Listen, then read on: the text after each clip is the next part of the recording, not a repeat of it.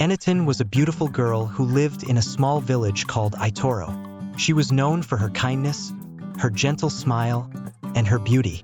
The people of the village loved her, and many young men wanted to marry her. But Enitan's heart was different. She always dreamed of something more, something special. She didn't want an ordinary life or an ordinary husband. One day, as she was walking through the forest near her village, she heard a soft voice calling her name. Enitan, Enitan. She stopped, looking around. There was no one in sight, just the tall trees and the birds chirping in the distance. Confused, she continued walking, but the voice came again. Enitan. Curiosity pulled her deeper into the forest. There, by a small stream, she saw a tall, handsome man dressed in fine clothes. His skin was pale, and his eyes were dark like the night. He smiled at her, but something about him felt strange. "Who are you?" Enitan asked, stepping closer. "My name is Durojaiye," the man replied, bowing slightly. "I have been watching you for some time. I know you are special, and I want to make you my wife." Enitan was surprised. How could a stranger ask her to marry him? But something about Durojaiye's voice was soothing, almost like magic. He promised her a life full of riches, love, and adventure. He said he would give her everything she ever dreamed of. But there was one thing he didn't tell her. Durojaiye was not a man. He was a ghost. Days passed, and Enitan couldn't stop thinking about Durojaiye. Every night, she would dream of him, his voice calling her, his promises echoing in her heart. Eventually, she agreed to marry him, believing he was the answer to her prayers. The wedding was simple, and Durojaiye insisted it take place at night, under the full moon, far away from the village. Only Enitan's closest family knew, and they found it strange but said nothing. The ceremony was quick, and soon Enitan was Durojaiye's wife. He took her to a beautiful house deep in the forest, away from everyone she knew. The house was grand, with gold decorations and large rooms. Enitan was happy at first, but something didn't feel right. Whenever Enitan asked Durojaiye about his family or his past, he would quickly change the subject. And although he was kind and caring, he always disappeared during the day, only returning at night. Enitan began to grow lonely, wondering why her husband was never around in the sunlight.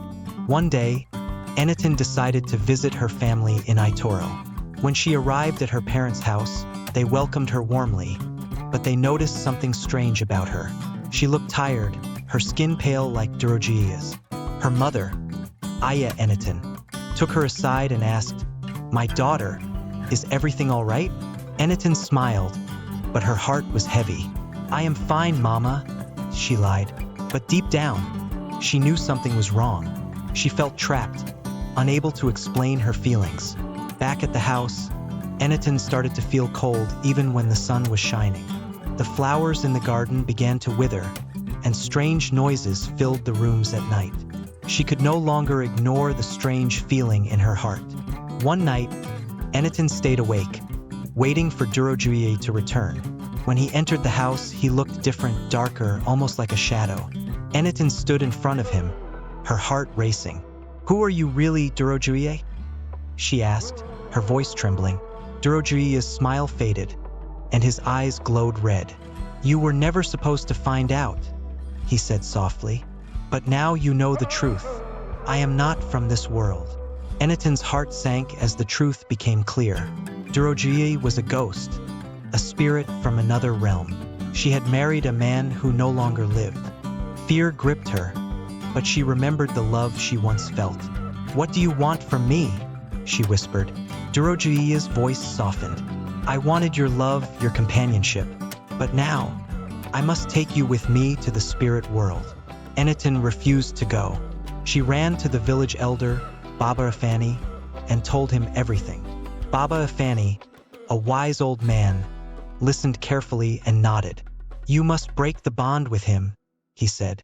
"Only then will you be free." With the elder's help, Enitan performed a ritual to sever the connection between her and Durojaiye. That night, Durojaiye appeared one last time. His face was sad, but he knew it was over. "I will always love you, Enitan," he said, before disappearing into the night, never to return. Enitan was free, but her heart ached for the love she had lost. She returned to Ayetoro, wiser and stronger, knowing that not everything that shines is gold. Though she had fallen for the ghost's charm, she had learned that true love can never be built on lies. From that day on, Enitan lived a quiet life in the village, never forgetting the mysterious man who had once stolen her heart. And the villagers? Enitan thought her life would return to normal after Durojaiye disappeared, but something inside her felt different. Every night, she dreamed of him, his shadowy figure calling her name, his voice soft but haunting. At first, she tried to ignore it, but the dreams became stronger, more vivid, as if Durojaiye was still watching her from the spirit world. In the village of Ayetoro, people began to notice changes in Enitan. She no longer smiled as brightly, and sometimes she looked distant, as if her mind was somewhere far away. Her mother, Enitan, grew worried. "Enitan, are you all right? You've been quiet since you returned." Enitan tried to reassure her mother. "I'm fine, Mama. I just need time." But deep down, Enitan knew she wasn't fine. She could feel something pulling her back to Durojaiye. She started hearing his voice, not only in her dreams but also during the day. Sometimes, when she was alone, she felt his presence in the wind, in the shadows, as if he was trying to reach her. One evening, as the sun set over Ayetoro, Enitan was sitting by the riverbank where she had first met Durojaiye. The water was calm, reflecting the orange sky. Suddenly, the air grew cold, and a soft breeze brushed against her skin. She heard his voice again, "Enitan." This time, the voice was clearer than ever. She turned around, and there he was, Durojaiye. But he wasn't like before. His figure was fainter, like a ghostly shadow, but his eyes still held the same sadness. "Why are you here?" Enitan whispered, her heart racing. "I can't let you go," Durojaiye replied, his voice filled with longing. "I am trapped between worlds. You are the only one who can help me." Enitan's heart pounded in her chest. She wanted to run, to escape, but she couldn't move. Something inside her still felt connected to Durojaiye, as if their bond had never truly been broken. "What do you want from me?" Enitan asked, her voice shaking. "You must come with me," Durojaiye said. "Only then can I be free." Enitan knew what that meant. He wanted to take her to the spirit world, to live with him as his bride forever. But she couldn't leave her family, her village, her life behind. "I can't go with you," she said, tears filling her eyes. "I belong here, in the land of the living."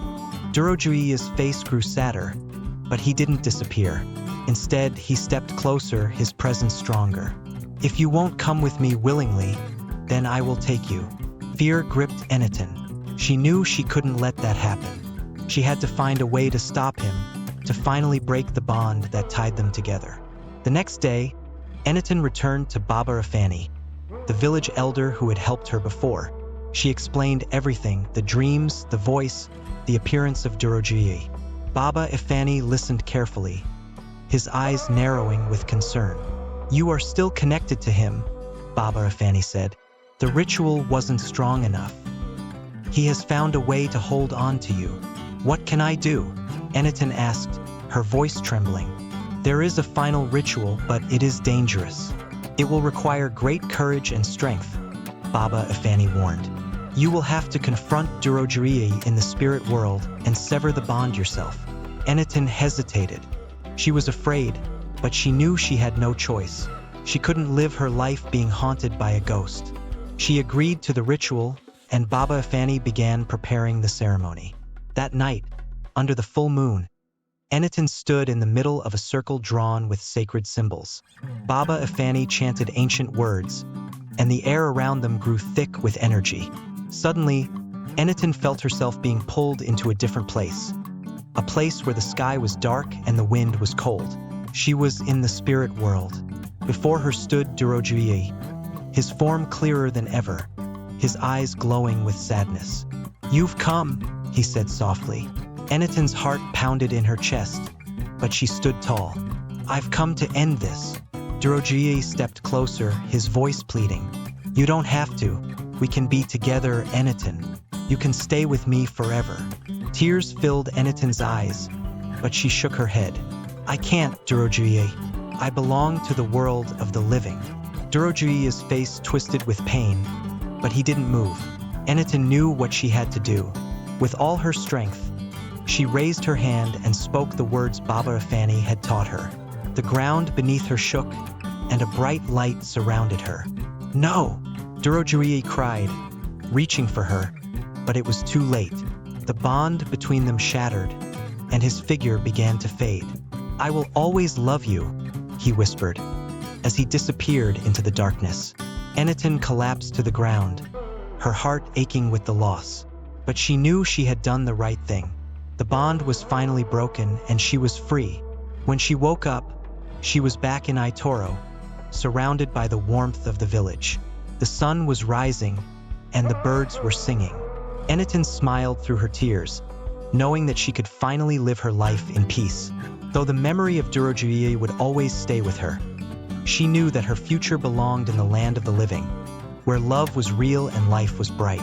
And as she walked back to her family's home, she whispered a silent goodbye to the ghost who had once stolen her heart.